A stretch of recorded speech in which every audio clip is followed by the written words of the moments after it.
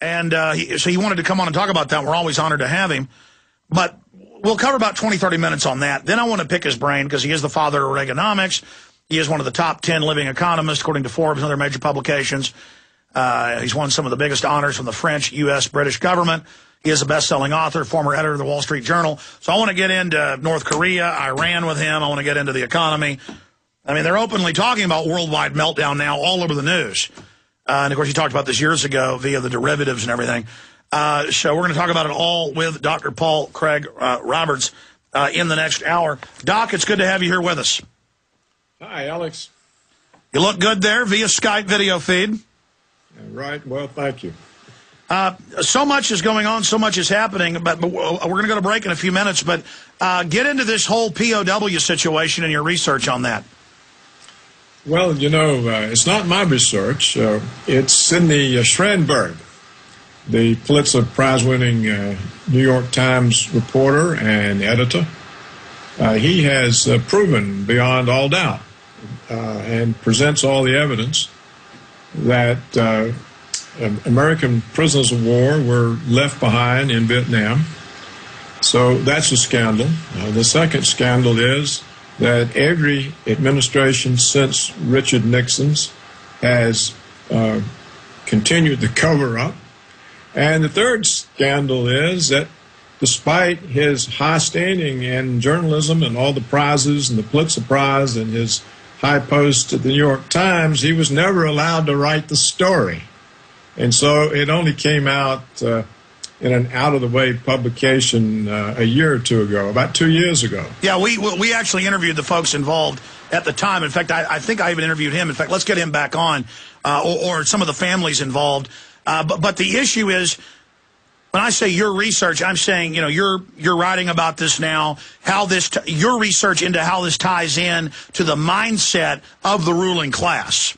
Yes, yes. I think that now that we have definite proof from a very credible source, Sidney Schanberg, that the United States government conducted a conspiracy since the 1970s to hide the fact that they abandoned American prisoners of war to the North Vietnamese, that this is now proven, this might make Americans wonder if other so-called conspiracy theories are also true, such as the theory that 9/11 was an inside job or a false flag operation. It might make people wonder if the Warren Commission's account of Kennedy's assassination was just another cover-up. The same for Robert Kennedy's assassination. Well, Dr. Paul Craig Roberts, stay there. When we come back, let's go through this Pulitzer Prize winner's piece, recap it, go through the piece, and then let's expand into the mindset of an establishment, why they would do such a thing. We'll be right back with Dr. Paul Craig Roberts. Stay with us. Back on Monday and Tuesday, I talked quite a bit about the fact that it was actually declassified, that 20-plus thousand, 21,500 or so U.S. troops that were in Eastern European Nazi-held POW camps and German camps that were grabbed by Stalin. The U.S. and England wanted to be buddies with Stalin. They divided up Eastern Europe, and he was a thug and kept him for intelligence purposes, and they just let him keep him. And a few years ago, that actually even came out in Russian newspapers. You know, old Americans, World War II vets, 80-plus years old, still alive in Russia. And it's been confirmed with Korea. It's been confirmed with Vietnam. We've had the families on. They've had congressional hearings that the media doesn't cover. They've had National Press Club meetings. But then when I got an email a few days ago from Dr. Paul Craig Roberts, father of Reaganomics, former head of policy, Department of Treasury under Reagan, former Wall Street Journal editor, pointing out that he was going to write an article dealing with the fact that if it's a Pulitzer Prize-winning New York Times editor for years isn't allowed to publish in a mainstream publication his research that's ironclad, that this is all confirmed. I mean, it's ridiculous how confirmed it is. It's like confirming that Mount St. Helens blew up in the early 1980s. It's a fact. It happened. Or that, you know, the first creature in space was a dog from Russia. It's a fact.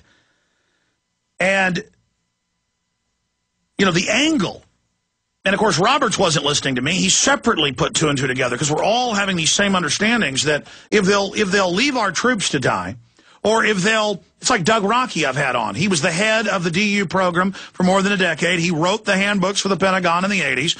They knew DU would kill anybody collectively that breathed it. And they just, in the mid-90s, changed the rules and said it's now good for you, no problem. And the State Department says it's a conspiracy theory on their website if you say it's bad. I mean, they absolutely know you breathe this, the particulate, the radiation, it's going to kill you. I mean, it's going to, you know, may take a few years, but you're dead. Now they just say it's good for you. This shows you the mindset. And I likened it, and we're going to Dr. Roberts, but I want to make this point, to chess being invented 3,500 years ago in northern India and what's Iran today. They debate who invented it, but it came from that area. And in it, you have the gambit, the sacrifice of a pawn. That's a good move early on, you know, in basic chess. I'm not a good chess player, but I play some. Sacrificing a pawn. And it's a special forces tactic in the books. It's taught at West Point. Send in, you know, 20 guys. First to go, last to know. They're going to get wiped out, but that's going to bring in the enemy into the gorge. That will then reveal their positions, and you can then wipe out the larger force. And the argument is you lose 20 men, but you save thousands in the battle by losing the 20 men. So that's why they staged 9/11. That's why they say, so what, 21,000 U.S. troops, give them to Stalin. That's why they say, you know, hundreds and hundreds of U.S. troops, was thousands, most of them dead. You know, let them be slaves, let them be tortured to death for 30 years in Vietnam. It's the gambit. And that's the beginning of evil. That's why special forces people, before they graduate, they are given, for Delta Force level, they're given one night to read The Prince by Machiavelli and then to write a paper. And if they say, I believe the end justifies the means, they go, you're the man we're looking for, you're now recruited. If they say, no, I won't kill children, this is now in an Army manual declassified last year, well, it was leaked by WikiLeaks from 2004, where it talks about staging false flag terror attacks. One of the favorites is to kill children, blame it on the foreign enemy. Captains and above in Black Ops are now taught this. And the argument is, well, we're fighting commies or we're fighting Muslims. They're going to kill more children if we don't kill a few, you know, for the overall good. And that's kind of the straight razor, you know, statement in Apocalypse Now, where Colonel Kurtz is talking about what he's had to do to win. And so this is the mindset of end justifies the means. Now I'm going to shut up and have Dr. Paul Craig Roberts go over you know, this 2-year-old information. The Nation Institute reported it. McCain and the POW cover-up. This was written by a Pulitzer Prize winner. But completely a news blackout in the U.S. Dr. Roberts, thanks for holding while I did that backstory. You've got the floor. Well, let's first tell your listeners where they can read the account. It came out yesterday in the American Conservative, and so you'll have an account by the publisher of the magazine. You'll have an account by Schanberg of why he was unable to tell the story, and then you have the story itself and the evidence. He presents all the evidence. And then they have a few people discussing the story.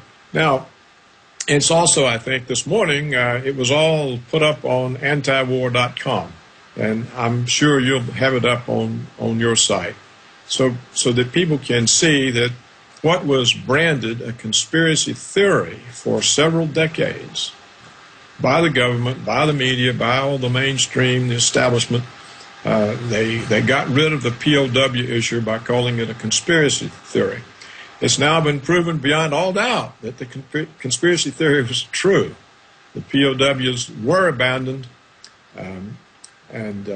there was a cover-up by the United States government that continues to this day. It's just like the cover-up of the Israeli attack on the USS Liberty. This was said to have been some kind of an accident, a mistaken identity of the ship, and that's been covered up ever since the 1960s. So we do have government cover-ups, a government that commits great acts of evil. I mean, what's more despicable than abandoning your own POWs? And they could have got the POWs back. All they had to do was to pay ransom. The North Koreans held back half of the prisoners, about 600 of them, in order to collect reparations for all the bombing the Americans had done to North Vietnam. And so they were willing to give the prisoners back if we would pay $3 or $4 billion in ransom. And of course, by that time, Nixon was too weak to deliver the money. Watergate was consuming him. And once a lie gets in place, it can't be undone. It wasn't possible for the next president to say, hey, look, we can get, they do have our prisoners, and we can get them back for a little bit of money. So once a lie is in place, everyone ends up defending it. Even the Reagan administration ended up defending the claim that all the prisoners were back.